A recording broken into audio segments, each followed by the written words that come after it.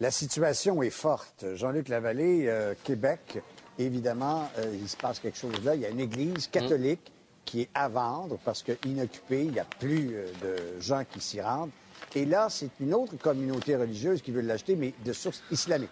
Ouais, c'est loin d'être banal. On a vu plusieurs exemples dans les dernières années, Jean-Luc, d'églises vendues, converties en condominium, même en école de cirque, mais en mosquée, là, évidemment, c'est loin d'être banal. C'est assez particulier. C'est ce que veut le président du Centre culturel islamique de Québec. On parle donc d'un sanctuaire religieux catholique qui pourrait se transformer en temple musulman.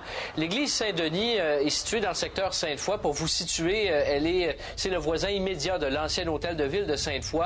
C'est un bâtiment quand même assez moderne, construit dans les années 60. C'est un secteur de choix.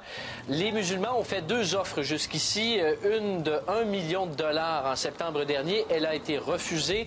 Une deuxième d'1 365 000 dollars en octobre.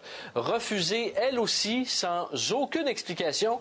Et c'est là que le groupe a commencé à se questionner, à se demander, bon, est-ce qu'il y a un problème? On a écrit à l'archidiocèse de Québec et on a mis la main sur cette lettre qu'a obtenue la station de Radio Choix. Je vous en lis un extrait.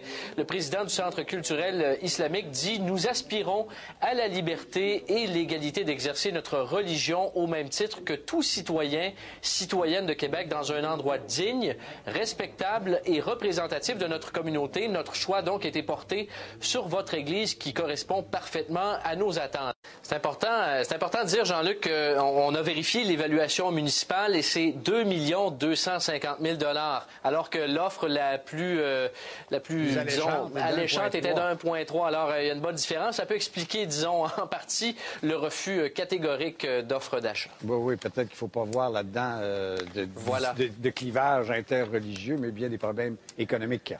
Disons. Merci beaucoup, Jean-Luc. Merci, bye-bye.